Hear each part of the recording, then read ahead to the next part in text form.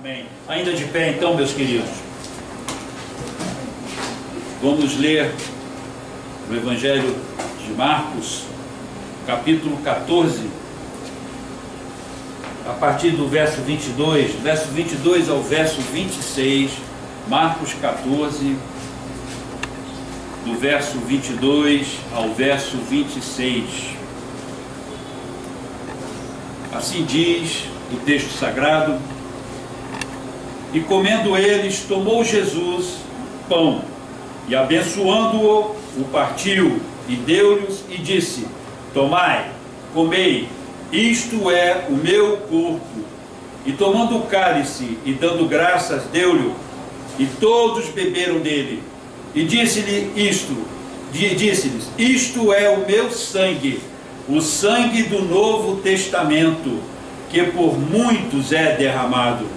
Em verdade vos digo que não beberei mais do fruto da vide, até aquele dia em que o beber novo no reino de Deus.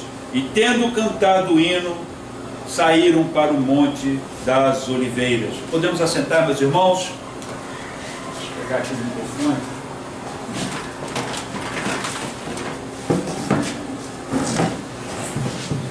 Aleluia.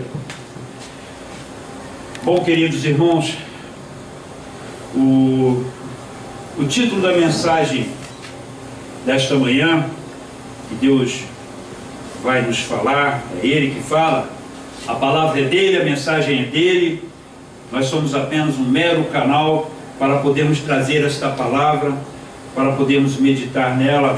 O título desta mensagem hoje é: isto é o meu corpo, isto é o meu sangue. E esse texto é um texto que fala da última ceia, da última Páscoa que Jesus participa com seus discípulos. E a partir poucas horas depois desse evento, ele estaria sendo crucificado e morto pelos nossos pecados. Mas eu queria, antes de entrarmos propriamente no texto que o Senhor Jesus está nos ministrando nesta manhã, eu queria apenas falar um pouco do contexto dele, né? Como eu disse, essa era a terceira e a última Páscoa que Jesus participava. Era uma Páscoa especial, justamente por causa desse detalhe enorme, que é o fato dele, poucas horas depois, estar sendo preso, martirizado, crucificado e morto. E Jesus deu as instruções para que os discípulos preparassem ali no cenáculo esta celebração, não da ceia, vamos deixar bem claro, a ceia ainda não havia sido instituída, né? Ali era a celebração da Páscoa judaica. E como é que funcionava isso? No ano de 1300, deixa eu só confirmar aqui, mas é no ano de 1513 a.C., Israel estava sendo libertada do cativeiro egípcio e saiu do Egito sob mão forte. Deus fez com que sinais prodigiosos, coisas tremendas, além da percepção humana, Deus fez acontecer naquela terra para que o seu povo fosse libertado. E aí nós conhecemos a história, toda a saga que levou mais ou menos 40 anos até eles chegarem àquela terra que Deus havia prometido para eles, a terra que mana leite e mel. A partir daí, Deus deu uma instrução para toda a nação de que esse dia devia ser sempre lembrado, tá? E deveria haver uma celebração, tá? Por conta disso. E por causa disso, ao longo de todas as gerações, sempre, sempre, este dia memorável era lembrado.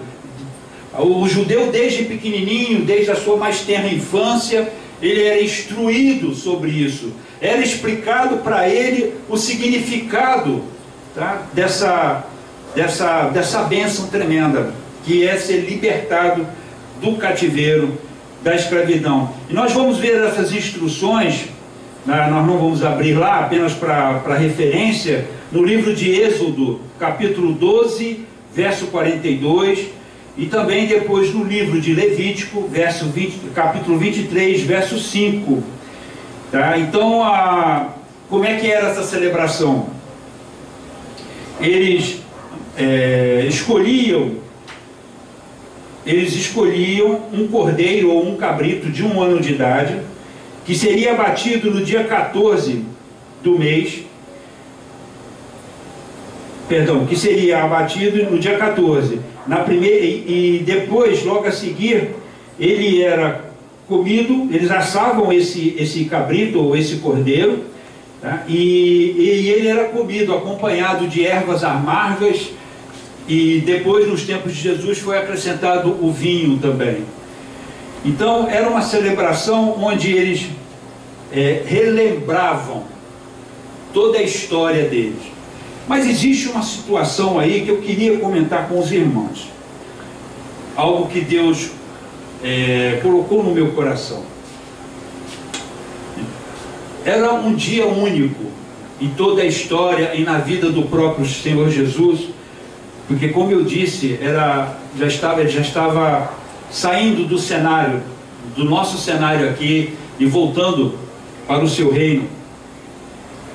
E ele estava ali, eu imagino eu, naquele cenáculo com seus discípulos, celebrando a Páscoa.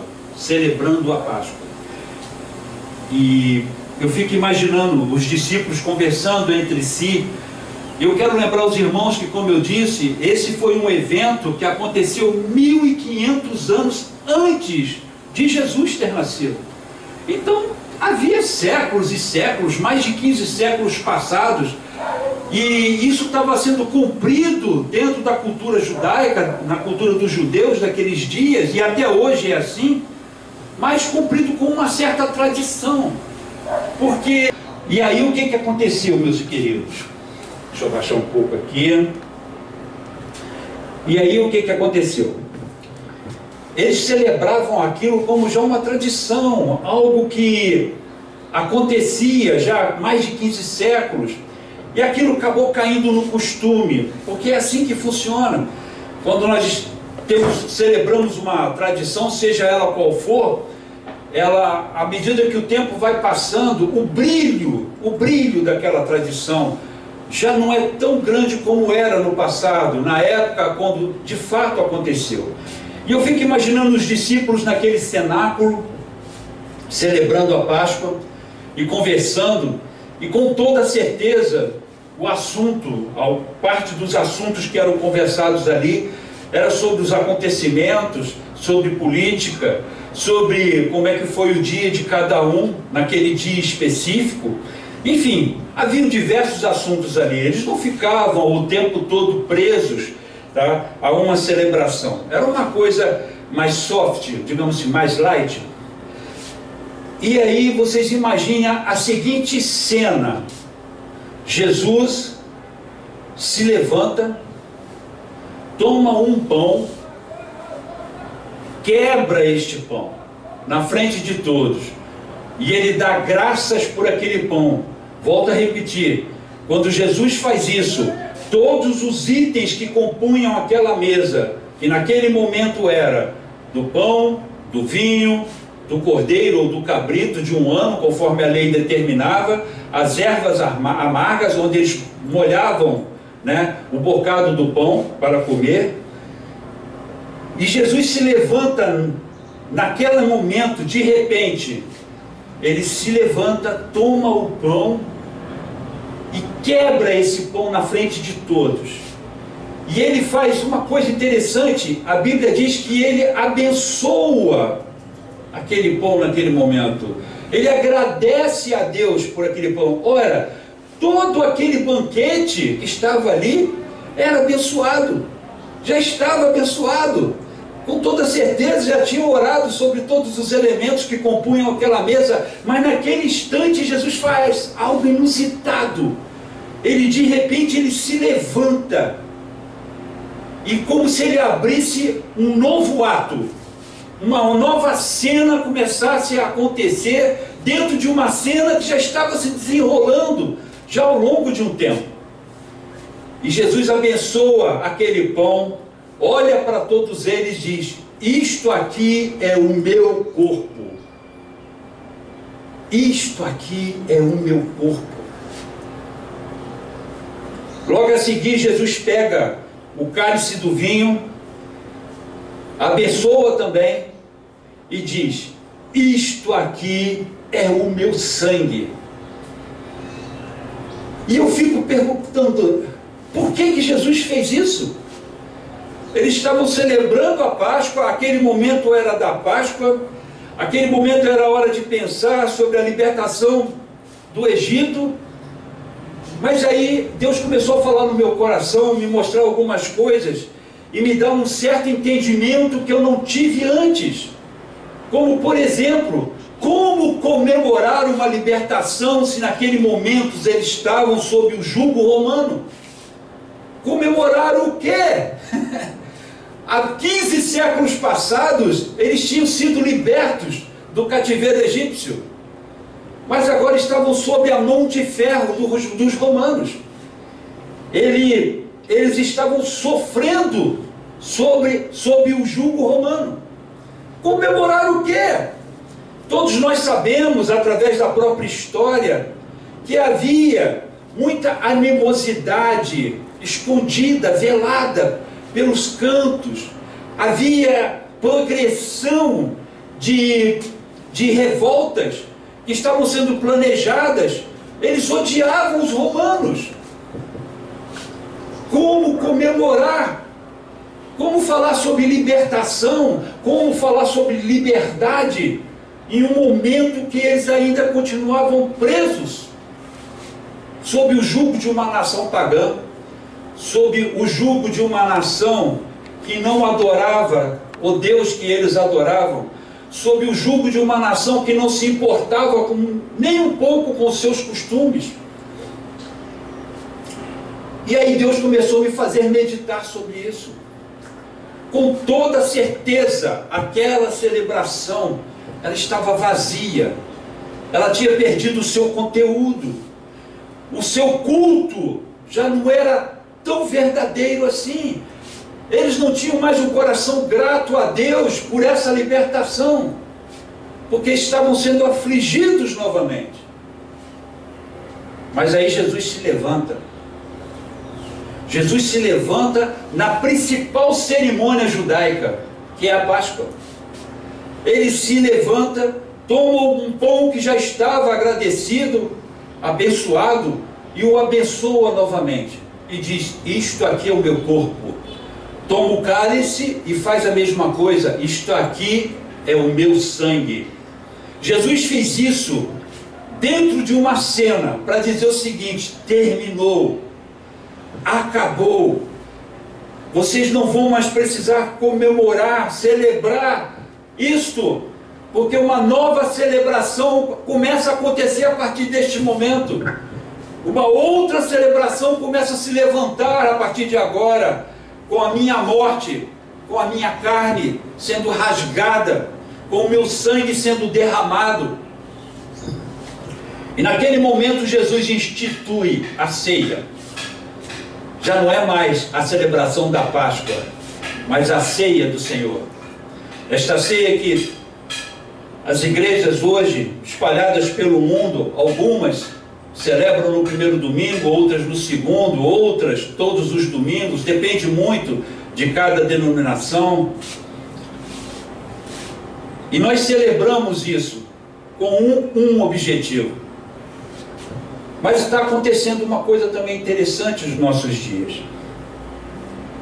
E é sobre isso que eu gostaria de falar nesta manhã. Quando Deus instituiu a celebração da Páscoa, ele a instituiu para que o povo se lembrasse que foi resgatado sob mão forte, sob a mão de Deus, o Deus Todo-Poderoso, que foi tirado de dentro da maior potência bélica do mundo da época, que não havia soldado, não havia tecnologia, não importa se eles eram cultos demais, se eles eram inteligentes demais, se seus carros de guerra eram temidos na época. Deus os tirou toda a nação de Israel de dentro do Egito, sob mão forte. E quando Deus instituiu a Páscoa e pediu que ela fosse celebrada ao longo de todas as gerações, o fez com um objetivo: de não permitir que nenhum dos membros, de ninguém da nação de Israel se esquecesse do fato de que Ele é Deus Todo-Poderoso, a Ele é devido todo o culto, a Ele é devido toda a honra e toda a glória. A este Deus devemos nos prostrar, nos inclinar, porque Ele é o Deus verdadeiro, ao Deus que está acima de qualquer outro suposto Deus que esse mundo possa erguer. O Egito tinha os seus muitos deuses. Eles adoravam o que tinha de tudo que tinham na terra do Egito. No entanto, Deus fez o que fez, e de uma forma que transcendeu a compreensão humana, a ponto dos magos do Egito, a ponto do próprio faraó, a ponto de todas as autoridades egípcias dizerem: como pode estar acontecendo algo assim? Isso não existe. Mas o que eles não sabiam, ou melhor, o que eles estavam começando a perceber, que com Deus a coisa funciona de outro jeito. Ele faz do jeito que quer, e Ele cria as coisas que Ele deseja criar da forma como quer, como deseja, e transcende realmente o nosso conhecimento. Pois bem, Deus instituiu a Páscoa para que os judeus se lembrassem desde o seu nascimento, desde a sua tenridade, como eu falei agora há pouco, que Ele é Deus. Mas 15 séculos já tinham passado, e a coisa começou a acontecer de forma mais fria.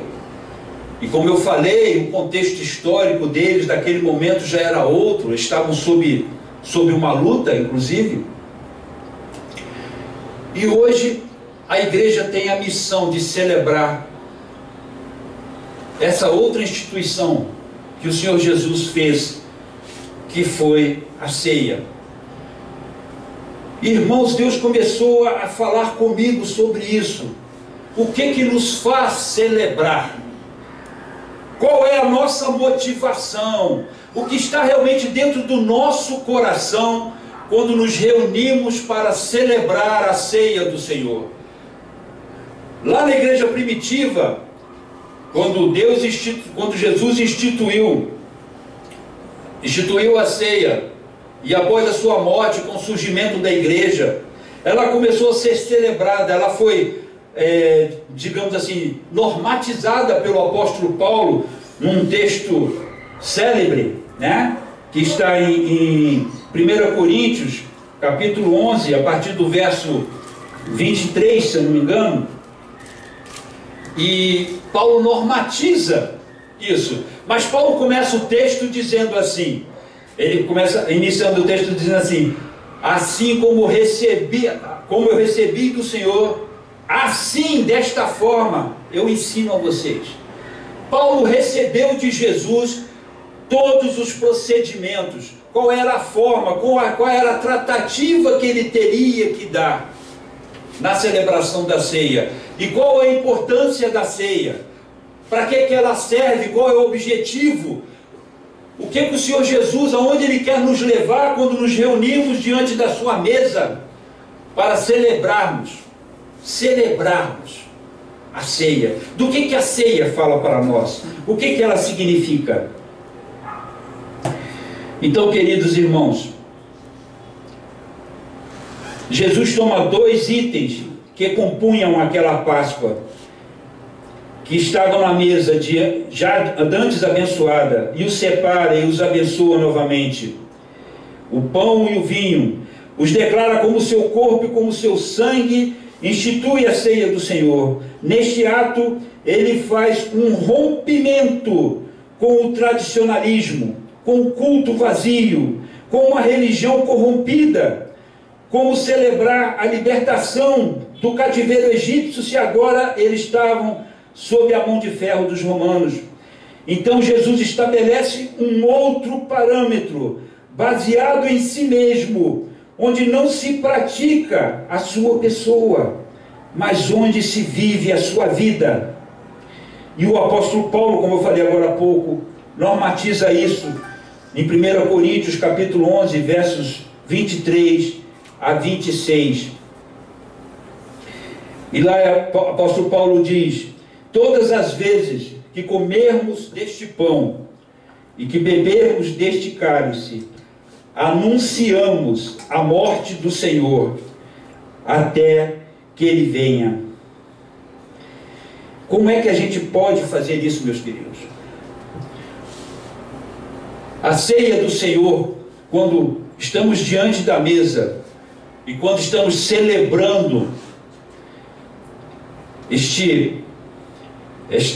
essa ordenança memorável, o objetivo principal, como o apóstolo Paulo mesmo nos ensina, é anunciar a morte do Senhor. Mas como é que nós podemos fazer essas coisas? Como é que nós podemos celebrar, anunciar a morte de Jesus, se não temos no nosso testemunho diário de vida, se não carregamos em nós mesmos toda aquela carga que precisamos ter para podermos dar um testemunho convincente, para que realmente possamos atingir as pessoas que nos veem, as pessoas que estão nos ouvindo agora? Como é que elas podem crer que realmente todo esse cerimonial, esta liturgia e tudo isso que nós praticamos aqui neste momento e neste ato, segundo Paulo, estamos anunciando a morte do Senhor? Como fazer com que todas essas pessoas que estão nos ouvindo agora possam entender isso e de fato isso venha mudar as suas vidas, como mudou as nossas? O que acontecia lá na Páscoa, na celebração da Páscoa entre o povo judeu?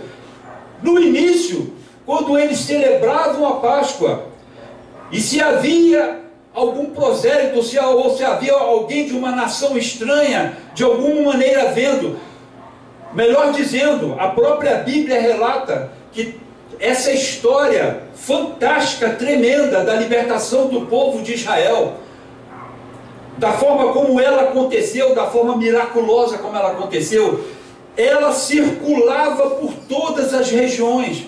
O mundo conhecido da época todo já tinha ouvido falar desta obra tremenda que Deus tinha feito no meio da nação.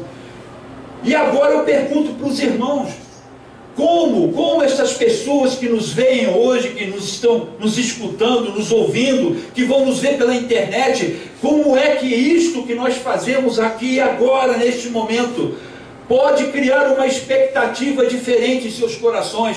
Como elas podem crer naquilo que nós fazemos e celebramos aqui, se o nosso testemunho e se a forma como nós encaramos a ceia do Senhor, essa celebração tremenda que o Senhor Jesus instituiu, como é que eles vão entender isso, se nós fazemos as mesmas coisas que o judeu fazia na sua celebração da Páscoa?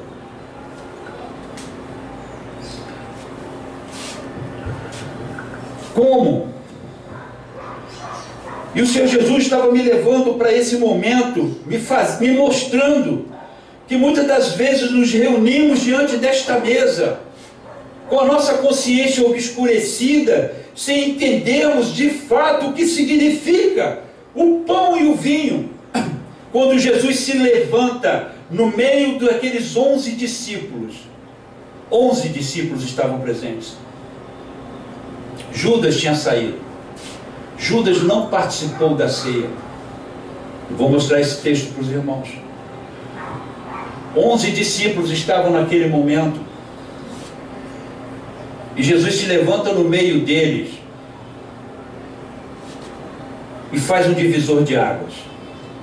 Até aqui vai ser assim, daqui para frente é de outro jeito.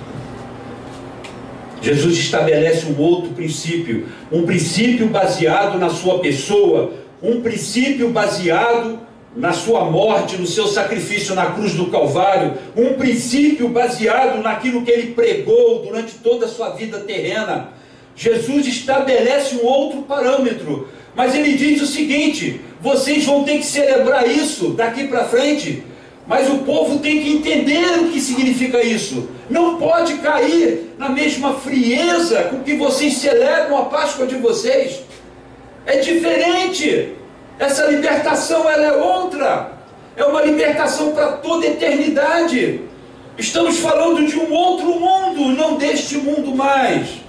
Que não importam as circunstâncias, não importa o que esteja acontecendo na sua vida, não interessa o momento que você está passando. Você é liberto em meu nome, você é livre pelo meu sangue, você recebeu a condição de filho de Deus por crer em mim e por aceitar esta obra na sua vida. As coisas agora são diferentes para você. Você agora verdadeiramente é livre, como as Escrituras diz. Mas continuando. E aí nós chegamos a um momento importante desta mensagem. Eu vou pedir para os irmãos abrirem suas Bíblias no Evangelho de João, no capítulo 6. É um texto um pouco longo, mas tem que ser lido, irmãos. Ele não tem como não ser lido. Evangelho de João, capítulo 6, a partir do verso 48.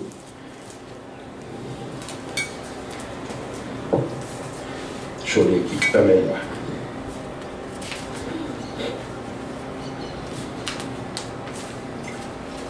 Diz assim o texto sagrado. João capítulo 6, do verso 48, e vamos ler até o verso 71, que diz assim: Eu sou o pão da vida. Vossos pais comeram o maná no deserto e morreram. Este é o pão que desce do céu. Deixa eu aproximar um pouco mais. Este é o pão que desce do céu, para que o dele comer não morra. Eu sou o pão vivo que desceu do céu. Se alguém comer deste pão, viverá para sempre. E o pão que eu der é a minha carne, que eu darei pela vida do mundo. Disputavam, pois, os judeus entre si, dizendo: Como nos pode dizer dar tua carne a comer? Jesus, porém, lhes disse: na verdade vos digo, que se não comerdes a carne do Filho do Homem, e não beberdes o seu sangue, não tereis vida em vós mesmos. Quem come a minha carne e bebe o meu sangue, tem a vida eterna, e eu o ressuscitarei no último dia, porque a minha carne verdadeiramente é comida, e o meu sangue verdadeiramente é bebida. Quem come a minha carne e bebe o meu sangue, permanece em mim, e eu nele. E assim como o Pai que vive, me enviou, eu vivo pelo Pai, assim quem de mim se alimenta, também viverá por mim. Verso 58, este é o pão que desceu do céu. Não é o caso dos vossos pais que comeram o maná e morreram. Quem comer este pão viverá para sempre. Ele disse essas coisas na sinagoga, ensinando em Cafarnaum. Muitos, pois, dos seus discípulos, ouvindo isto, disseram: duro é este discurso, quem o pode ouvir? Sabendo, pois, Jesus em si mesmo, que os seus discípulos murmuravam disto, disse-lhes, isto escandaliza-vos? Que seria, pois, se viesse subir o Filho do Homem para de onde primeiro estava? Verso 63, o Espírito é o que vivifica, a carne para nada aproveita. As palavras que eu vos digo são espírito e vida. Mas prestem atenção, mas há alguns de vós que não creem, porque bem sabia Jesus desde o princípio quem eram os que não criam, a quem era o que havia de entregar. E dizia, por isso eu vos disse que ninguém pode vir a mim, senão pelo meu Pai, não se meu Pai não lhe for concedido. Desde então muitos dos seus discípulos tornaram para trás e já não andavam com ele. Então disse Jesus aos 12, quereis vós também retirar-vos? Respondeu-lhes, pois, Simão Pedro, Senhor, para quem iremos nós? Tu tens as palavras da vida eterna. 69. E nós temos crido e conhecido que tu és o Cristo, o Filho de Deus vivente. Respondeu-lhe Jesus, não vos escolhi a vós os 12, a um de vós, e um de vós é um diabo. Isto dizia ele de Judas Iscariotes, filho de Simão, porque este o havia de entregar, sendo um dos 12. Agora olha que interessante. Quando eu disse aqui agora, qual é o significado destes elementos para nós? O que significa esta celebração tão memorável? Uma celebração que fez Jesus interromper a principal festa dos judeus naquele tempo. Ele parou a celebração, se levantou, tomou o pão, disse, isto é o meu corpo. Pegou o cálice e disse, isto é meu sangue. É uma nova aliança, é um novo momento. Então, naquele instante, Jesus queria que fosse instilada na mente de cada um dos participantes daquela Páscoa, daquele dia, um novo conceito, o mesmo conceito que ele quer, que ele deseja que nós tenhamos também. E esse texto que eu acabei de ler mostra claramente qual é este conceito. Jesus fez um discurso que deixou em polvorosa a cidade de Cafarnaum, a sinagoga onde ele estava pregando. Vocês imaginem um homem se levantar no meio do povo e dizer, aquele que não comer a minha carne e não beber o meu sangue, não tem como viver eternamente, porque a minha carne é o verdadeiro alimento e o meu sangue é o alimento que vocês precisam. Se a lei mosaica pregava duramente contra isso, contra sacrifício humano, contra canibalismo, contra qualquer tipo de coisa, no entanto se levanta um mestre, uma pessoa que estava mudando todos os paradigmas da época e dá um novo conceito e se apresenta como o pão do céu, o pão que desceu do Deus vivo. Tremendo isso, meus irmãos. Naquele instante, naquele momento, Deus falava através da pessoa de Jesus. O Espírito Santo tomou a Jesus e de uma forma tal que ele fez um discurso muito forte, a ponto de que aqueles que o seguiam dizer, é duro demais esse discurso, não tem como fazermos tal coisa. Como podemos fazer isso? Jesus foi claro nessa mensagem. Ele não usou de subterfúgios. Em nenhum momento ele usou de artifício ou lançou mão de alguma coisa velada. Muito pelo contrário, ele explicou o que ele estava pedindo, o que ele estava falando. Quando ele fala de comer a sua carne, é participar do seu sacrifício.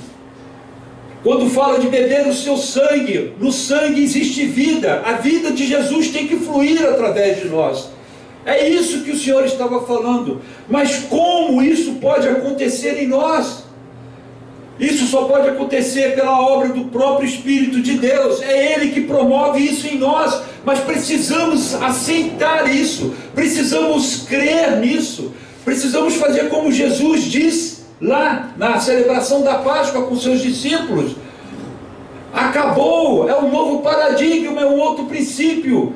Agora tudo está centrado na minha pessoa. Não são as práticas, não são as boas obras, não são as coisas que vocês fazem, é que vão fazer-os diferente. Mas eu em vocês, eu dentro de vocês, a minha vida fluindo de você, dentro de vocês, é que vai fazê-los ser de uma outra maneira. É desta forma que o mundo vai me enxergar. É desta forma que quando vocês celebrarem a minha ceia, quando vocês estiverem diante do meu altar, quando vocês estiverem tomando o pão e tomando o cálice, o povo, todos aqueles que virem isso, vão poder enxergar a minha obra, como eu digo, como o apóstolo Paulo mesmo falou.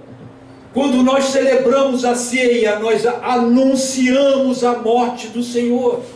Nós estamos dizendo para todo mundo que nos ouve, para todas as pessoas que nos escutam, que isso é verdadeiro, que isso não é religiosidade, que não é uma mera cerimônia, uma ordenança qualquer que nós temos que praticar. Não, isso tem um significado profundo, tremendo em nossas vidas, porque aqui nós estamos declarando para todos os homens e mulheres desta terra, nós estamos declarando que a nossa vida é transformada, que a nossa vida é mudada, somos uma nova criatura, porque Jesus está em nós.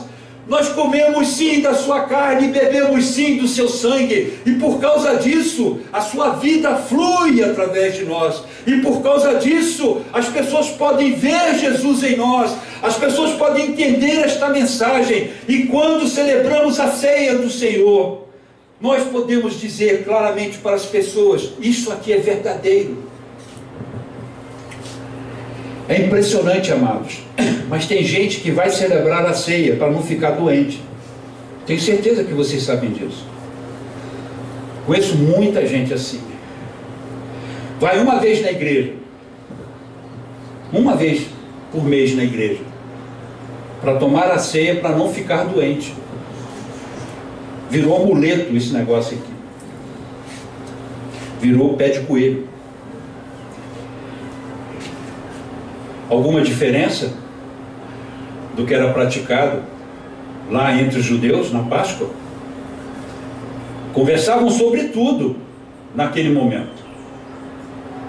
Não fazia mais sentido falar sobre libertação, não fazia mais sentido falar sobre os milagres que aconteceram, não fazia mais sentido lembrar do maná que caiu do céu durante 40 anos e pensar que o camarada só botava a mão fora da tenda, o pão já estava lá.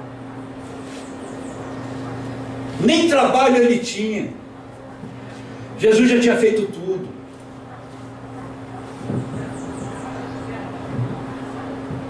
Alguma diferença? É isso que Deus começou a falar comigo. A frieza como nós encaramos esta celebração. Jesus chamou a minha atenção para a frieza com a qual nós encaramos esta celebração. Quando pegamos o pão e quando pegamos o vinho, tratamos esses elementos e tratamos esta celebração com a mesma frieza que eles tratavam a Páscoa quando a celebravam.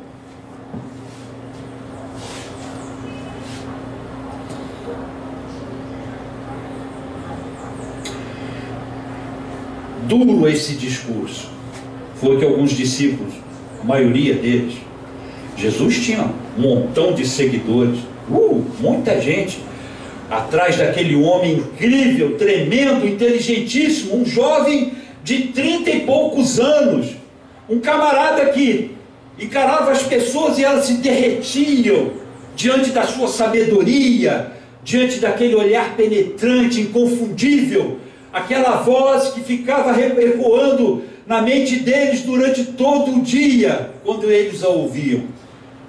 Aquele homem que realizava prodígios tremendos, pessoas eram curadas, enfermos, coxos, endemoniados. A obra de Deus era feita com maravilhas. Eu vou seguir este homem, eu só tenho a ganhar com isso. Mas quando Jesus traz à baila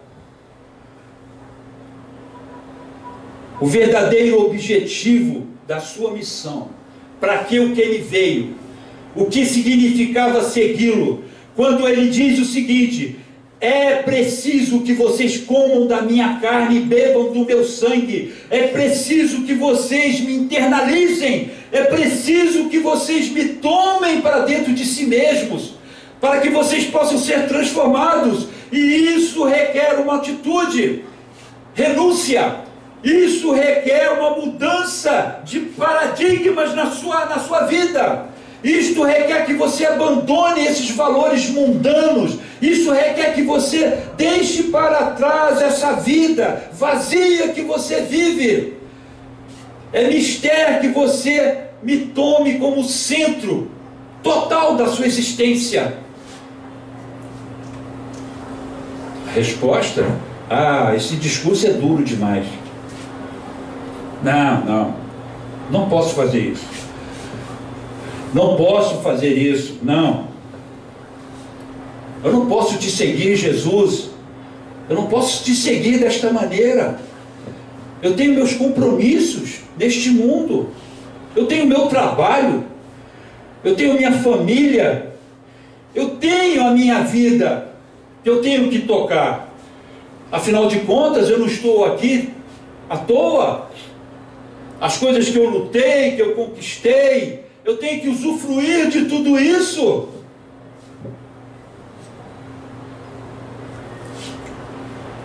É duro demais o que o senhor está falando.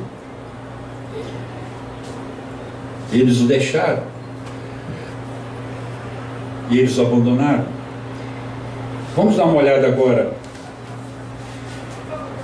no Evangelho de João, no capítulo 13, a partir do verso 21.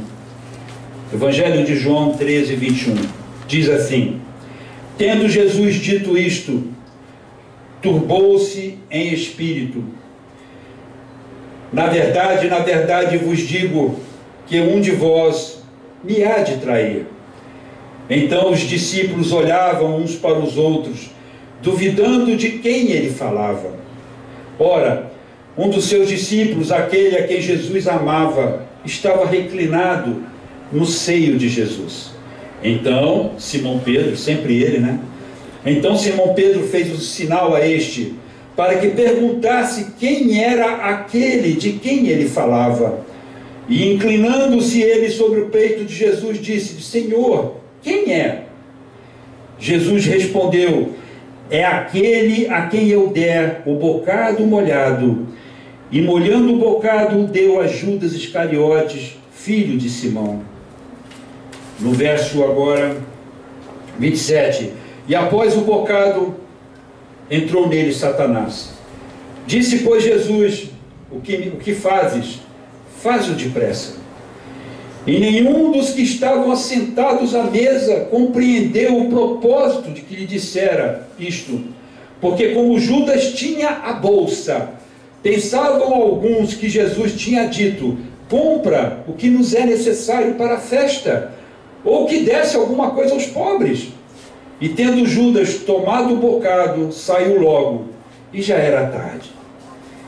Judas não participou da ceia. Interessante isso. Judas saiu para trair Jesus, para cumprir o plano que ele já tinha traçado com os principais dos sacerdotes.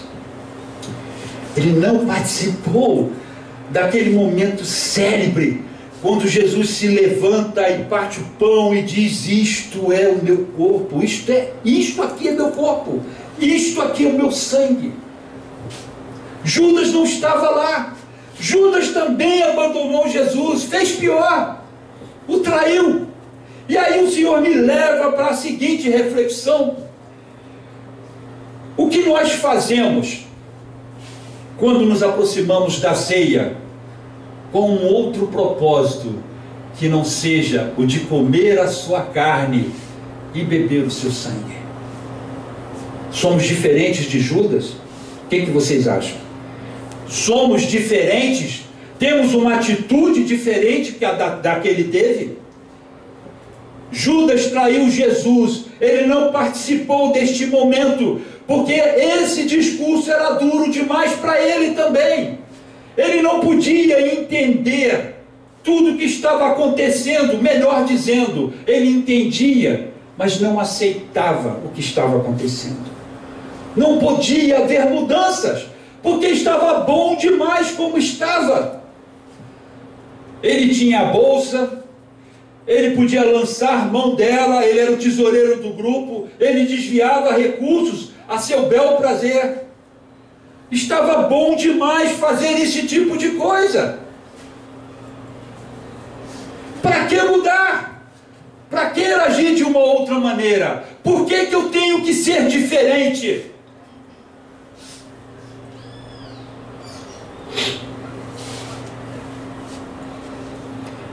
Por isso Judas saiu fora. Ele foi trair Jesus, sim, mas ele não queria mais ficar ali. E quando Jesus molha o bocado, molha o pão, ali, naquele molho formado pelas ervas amargas, e no molho daquele cordeiro ou cabrito que estava ali, e dá na boca de Judas, ele diz o seguinte: o que você tem para fazer, faze-o depressa. Fez de uma maneira que os outros discípulos não deram atenção. Para eles era uma outra coisa que Jesus estava falando.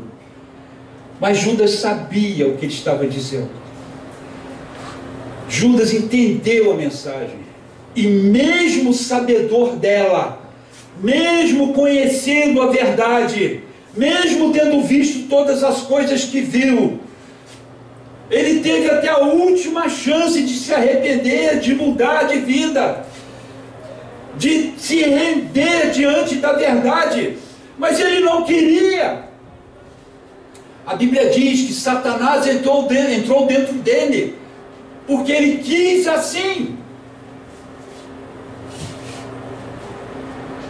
E ele saiu, e fez o que fez. Levou a soldadesca toda, lá no Getsemane, prenderam Jesus, e a partir dali, Jesus passa por uma odisseia, uma saga de sofrimento, de crueldade, porque aquele homem o traiu, porque aquele homem não quis se render àquela verdade que estava sendo pregada pelo Mestre.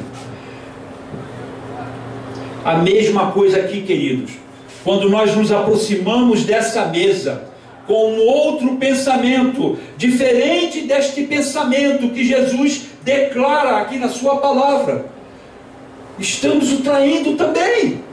Jesus fazia parte do grupo, Jesus era discípulo, os outros também eram, e aqueles que se afastaram, não pensem vocês que desistiram de ser discípulos, não, foram procurar outro discipulador, outro com um discurso mais ameno, com um discurso mais light, mais soft.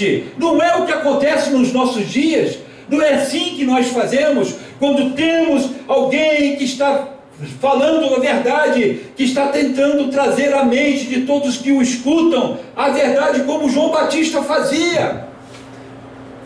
Quando ele pregava às multidões, gente, um camarada vestido de pele de camelo, que comia gafanhoto com mel, que atrativo um homem desse pode trazer? Ele não era nenhum mestre de autoajuda, ele não era nenhum conferencista cativante com aquele carisma que todos eles possuem. Não, era um homem tosco, um homem rude, que falava grosseiramente, mas falava a verdade. E a Bíblia diz que as multidões o seguiam e o escutavam.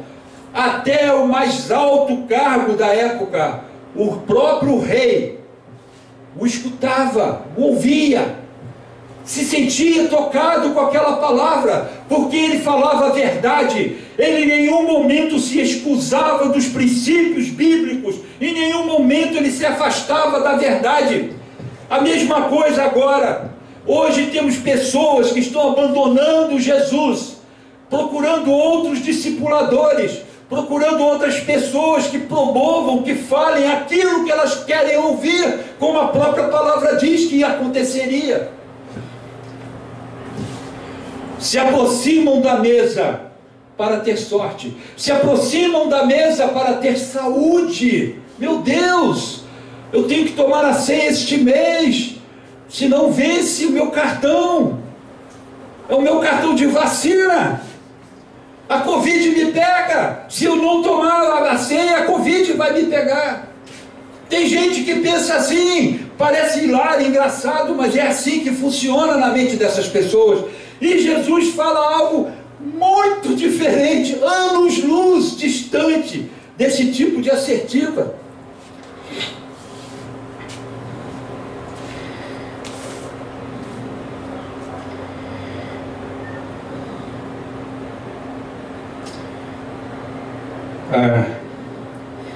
Me incomoda muito esse pano de fundo que o apóstolo Paulo usa lá em 1 Coríntios 11, 23, quando ele diz: e Jesus, na noite em que foi traído. E Deus me levou também a refletir sobre isso. Um momento tão memorável, numa comemoração tão emblemática, tão poderosa, Jesus se levantando no meio desta comemoração da Páscoa, instituindo a ceia, e Paulo coloca como moldura deste quadro magnífico a traição de Judas, porque ele começa o texto dizendo: na noite em que Jesus foi traído. Por que Paulo fez isso? Qual o significado que havia nisso? Por que tomar a traição como pano de fundo, como moldura desta bela imagem? Amados, porque isto é o que fazemos quando celebramos a ceia com outra motivação. É isto que nós fazemos quando nos aproximamos da mesa com outro tipo de pensamento, com outra coisa em mente. Todas as vezes em que nos aproximamos do altar de Deus, estamos lá, diante daquela escadaria imensa, que vai até o trono do Altíssimo, lá em cima, no Monte Santo, num lugar tremendo, onde há relâmpagos, trovões, onde há toda uma beleza, uma santidade, uma glória que desconhecemos. Nós aqui embaixo, mesmo diante dessa situação, mesmo diante deste quadro poderoso, nos atrevemos a ter pensamentos fora dali. Vamos nos aproximar de Deus para orar. Vamos orar, meus irmãos, vamos orar. Ajoelha todo mundo, e todo mundo se ajoelha. O camarada está lá, ó Deus poderoso, e lá na cabeça dele: meu Deus, a conta do gás vence amanhã. Amanhã, Senhor, o que eu vou fazer? Ou você está pensando no almoço que você vai ter logo a seguir, ou você está pensando nos seus compromissos do seu dia a dia, do que você vai fazer hoje, na tarde de hoje. Sua mente não está aqui. Você não está pensando no que está acontecendo. Você não consegue enxergar esses elementos à tua frente. Teu pensamento está longe. Teu coração está distante. Você está frio diante desta monumental cena. É isso que o Senhor Jesus quer nos falar, irmãos. O traímos porque estamos preocupados com a outra. Não é assim? O que a outra vai pensar? O que o outro vai pensar? E desculpa o que eu vou falar aqui agora, mas é a pura verdade. Tratamos Deus como nosso amante. Tratamos Deus como nosso amante.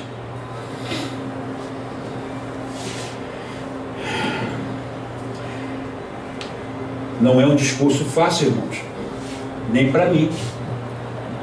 Vocês acham que eu sou isento disso? Não, queridos. A palavra foi para mim também. Muito para mim. Continua. Paulo fez isso de propósito. Ele fez de propósito para chamar a nossa atenção, para dizer como você pode encarar a mesa do Senhor de uma outra maneira. Como você pode encarar estes elementos de um outro jeito. Você está traindo Deus quando você faz isso.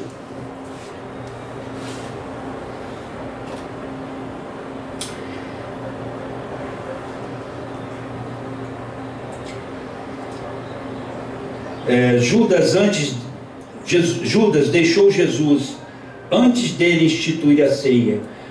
Judas não suportava o discurso de Jesus em ser um com ele.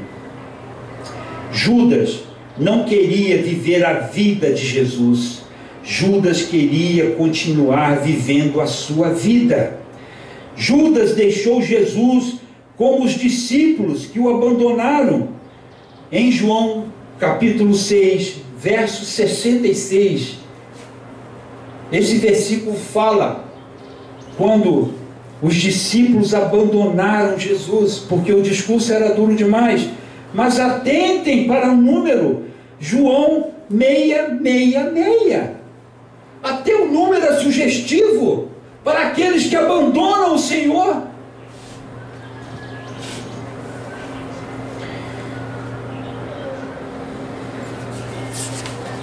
Para finalizar, meus irmãos,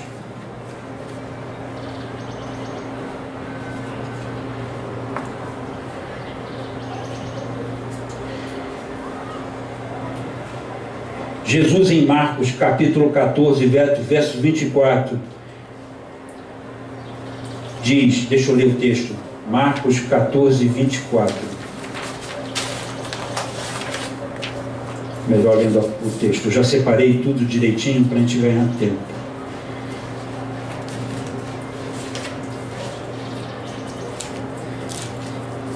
Marcos 14, 24 diz assim: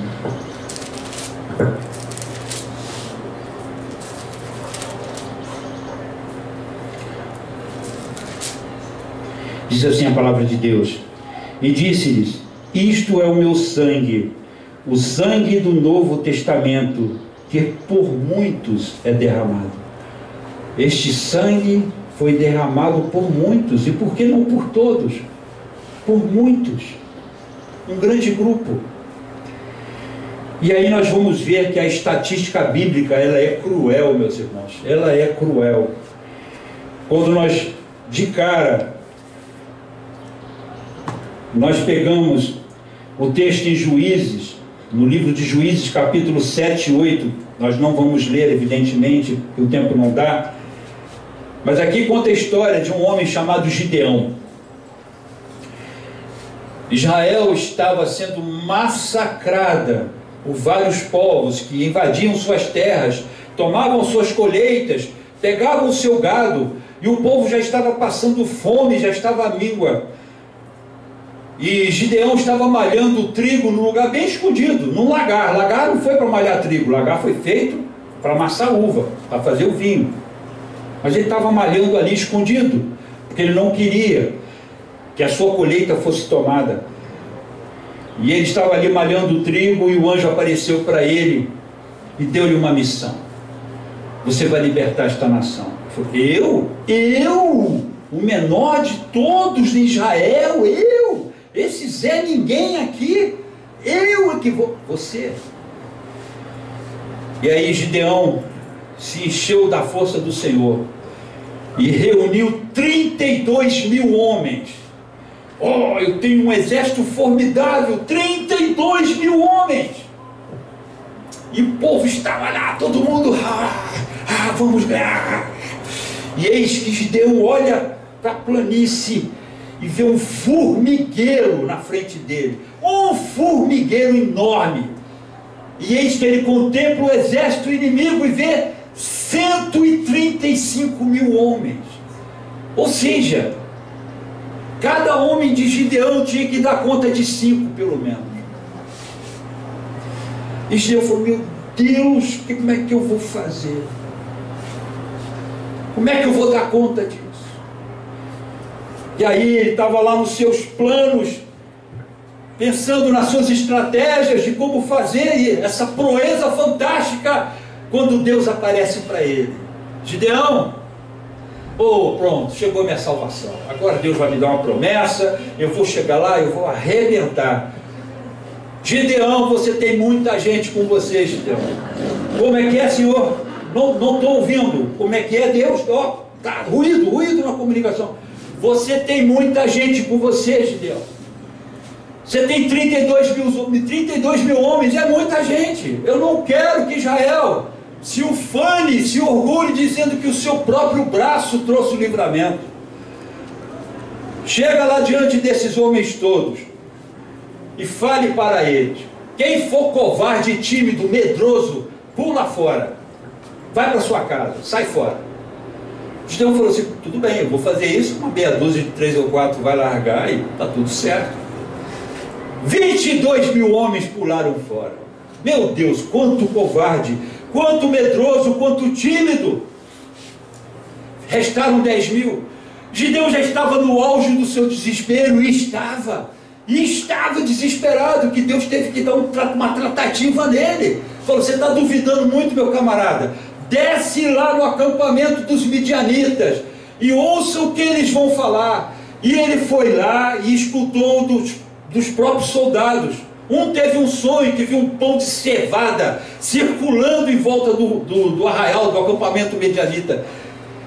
E o outro soldado diz: isso é Gideão, que vai vir e vai destruir a gente, nós todos. Ele ouviu isso do próprio inimigo, e aí ele entendeu que Deus estava com ele. Mas Deus ainda falou para ele: Gideão, tem um negócio que eu tenho que falar contigo. Ainda tem muita gente com você. Mas Senhor, antes era 5 por 1, pulou para 13, meu Deus. São 13 por 1 agora, Jesus. Como é que faz um negócio desse? Um homem meu tem que dar conta de 13. Tem muita gente com vocês. Não, leva esse povo para o rio. Leva esse povo para o rio. E atenta para uma coisa: aquele que pegar a água com a sua mão e levar até a sua boca, esse você bota à parte. Aí Gideão fez o que Deus mandou ele fazer. 300 homens fizeram isso. Gideão colocou eles à parte. Graças a Deus, ficou 9.700. Jesus é bom, Deus é bom.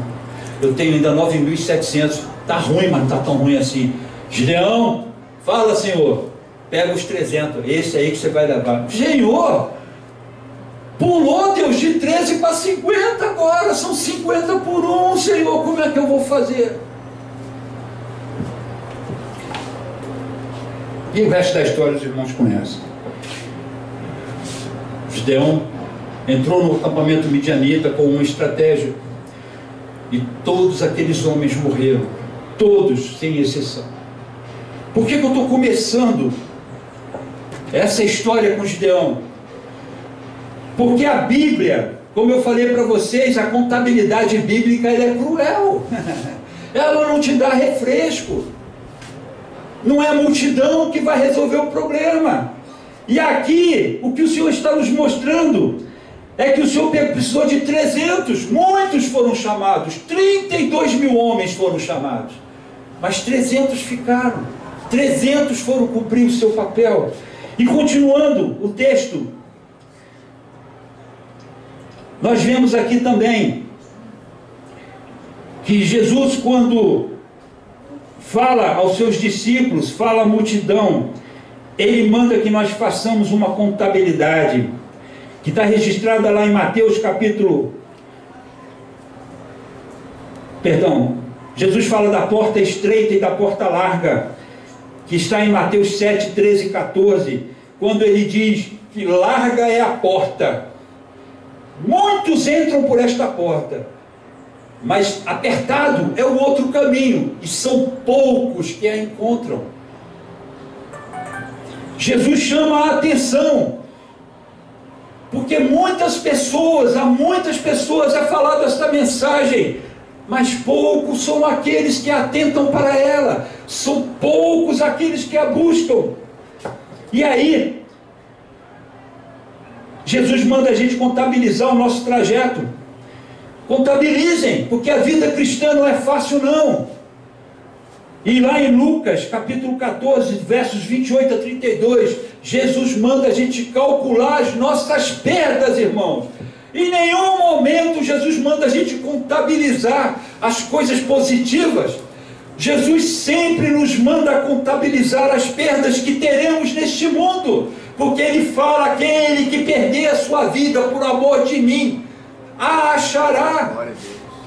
As perdas, Jesus fala de perdas porque não tem como nós termos ganhos neste mundo. Quando servirmos a Jesus, nós não temos como ter ganhos neste mundo. São perdas que nós contabilizamos, porque nós vamos contrapor, nós vamos nos opor a tudo que este mundo prega, a tudo que ele ensina, e por causa disso sofreremos perdas.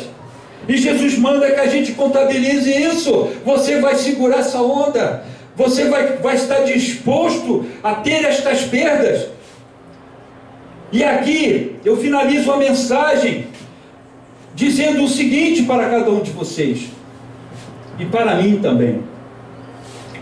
Quando o Senhor me chamou a atenção, Ele está sendo muito honesto na forma como Ele trata conosco e na forma como Ele fala conosco. Ele está nos dizendo assim: olha, este é o caminho santo.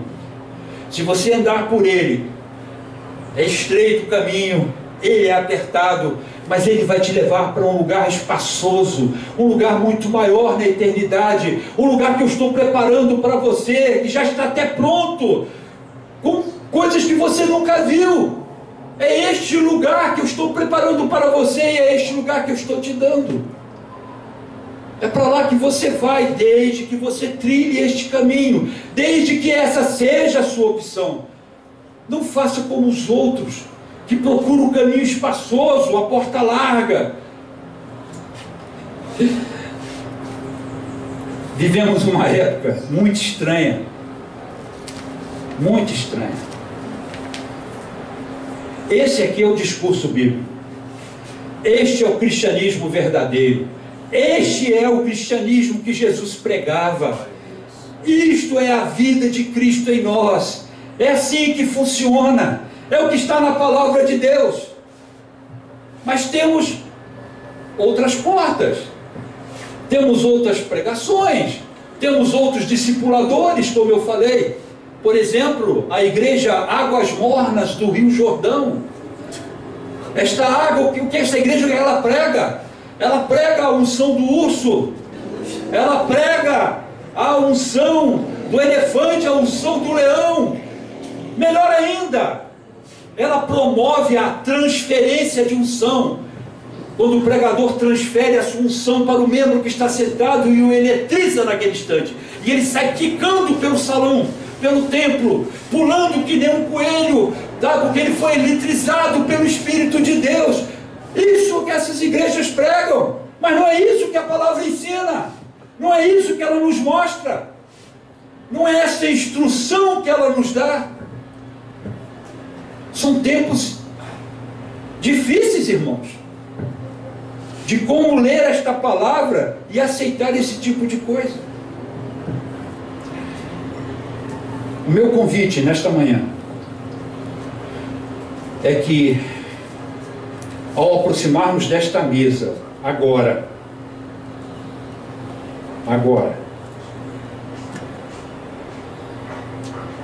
tenhamos no nosso coração qual é a verdadeira motivação. O que é que nos está nos trazendo, nos levando a estar diante desta mesa agora? O que nos faz discípulos de Cristo? Estamos atendendo aos preceitos que a Bíblia nos ensina? Esse discurso é duro, sim? Eu sei, eu reconheço, é duro. Mas é assim que a gente entra no céu, queridos. É desta forma, obedecendo o que a palavra diz.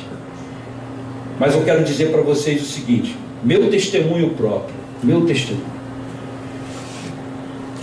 não troco um segundo, um milionésimo, um bilionésimo de segundo da minha vida, da vida que eu tenho hoje com Jesus, com todas as dificuldades, com todas as lutas, com todas as loucuras que este mundo traz. Eu não troco um bilionésimo da minha vida com Jesus por qualquer coisa que esse mundo possa me oferecer. Não há nada nesse planeta que me atraia. Por esta razão, queridos, pense nisso ao aproximar-se da mesa. Pense nisso. E a Bíblia nos manda examinarmos a nós mesmos. Examine-se, pois, o homem a si mesmo, e depois, coma desse pão e beba desse cálice. Amém.